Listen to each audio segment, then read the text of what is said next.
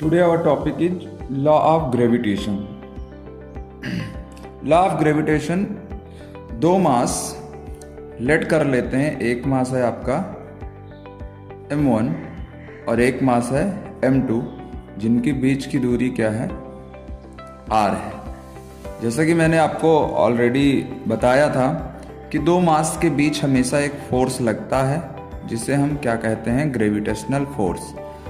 तो gravitational force की value कितनी होती है, इसको डिफाइन करने के लिए लॉ ऑफ ग्रेविटेशन बनाया गया। लॉ ऑफ ग्रेविटेशन दो भागों में है। पहला नियम कहता है कि the force between two mass m1 and m2 is directly proportional to product of mass. जैसे कि जो फोर्स ये होगा F, ये डायरेक्टली प्रोपोर्शनल किसके होगा, मास m1 और m2 के प्रोडक्ट के।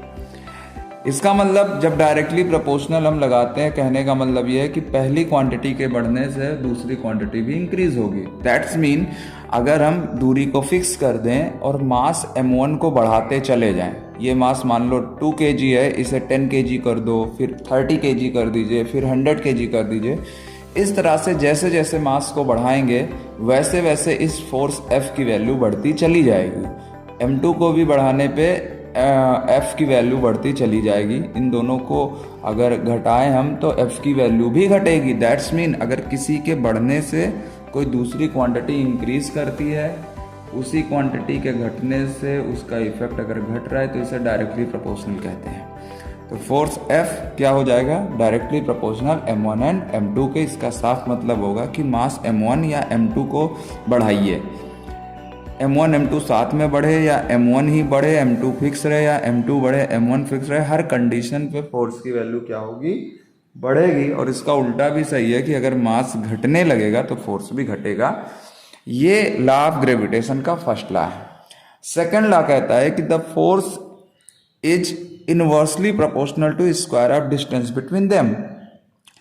Square of distance between them मतलब m1 और m2 के बीच की दूरी है स्मॉल r। स्मॉल r का जो स्क्वायर होगा वो फोर्स के इनवर्सली प्रोपोर्शनल होगा। इनवर्सली का मतलब होता है एक के बढ़ने से दूसरा घटे। जैसे कि अगर हम दो मैग्नेट ले लें और मैग्नेट के बीच की दूरी को बढ़ाते चले जाएं तो मैग्नेट एक दूसरे को कम अट्रैक्ट करते हैं। उसी प्रकार जब दो मास हैं, इन मास के बीच का डिस्टेंस हम बढ़ाएंगे तो फोर्स कम हो जाएगा। और स्क्वायर लगा, इसका मतलब क्या कि जिस रेशियो में हम डिस्टेंस को बढ़ा रहे हैं उसके दुगने रेशियो में, मतलब उसके स्क्वायर में फोर्स की वैल्यू घटेगी। दैट्स मीन अगर हमने दूरी 2 गुना कर दी तो फोर्स 4 गुना कम हो जाएगा। दूरी हमने 4 गुना कर दी तो फोर्स 16 गुना कम हो जाएगा। इस वजह से स्क्वायर लगाया गया है कि दूरी के बढ़ने से फोर्स काफ़ी तेजी से क्या होता है, डिक्रीज होता है। ये हो गया इक्वेशन नंबर हमारा सेकंड।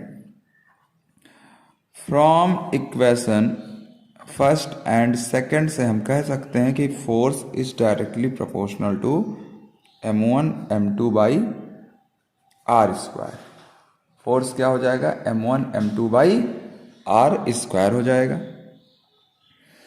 अब अगर डायरेक्टली प्रोपोर्शनल हटाते हैं तो हम एक कांस्टेंट लगाएंगे तो F इज इक्वल टू क्या हो जाएगा, capital G m1 m2 by r square है, जहाँ पे कैपिटल G को एक कांस्टेंट माना गया है और इस कांस्टेंट की वैल्यू होती, इस कांस्टेंट को कहते हैं यूनिवर्सल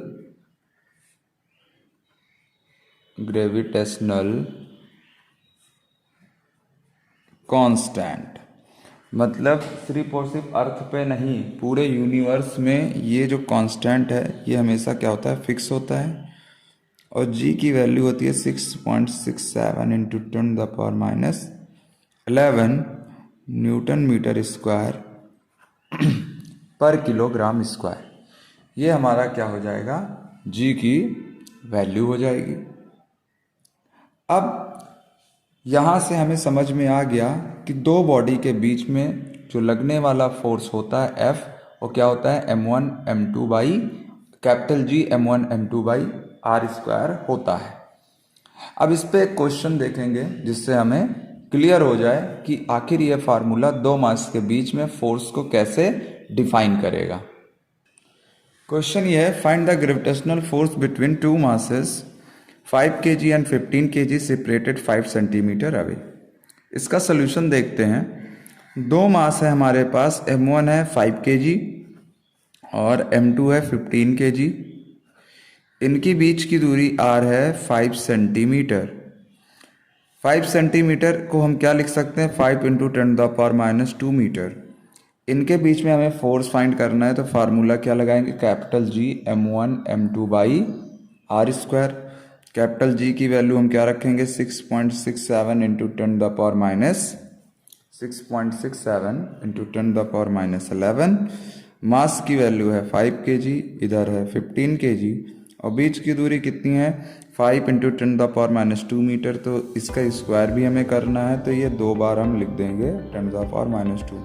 5 1 जा 5, 5 1 जा 5 कैंसिल, 5 1 जा 5, 5 3 जा 15।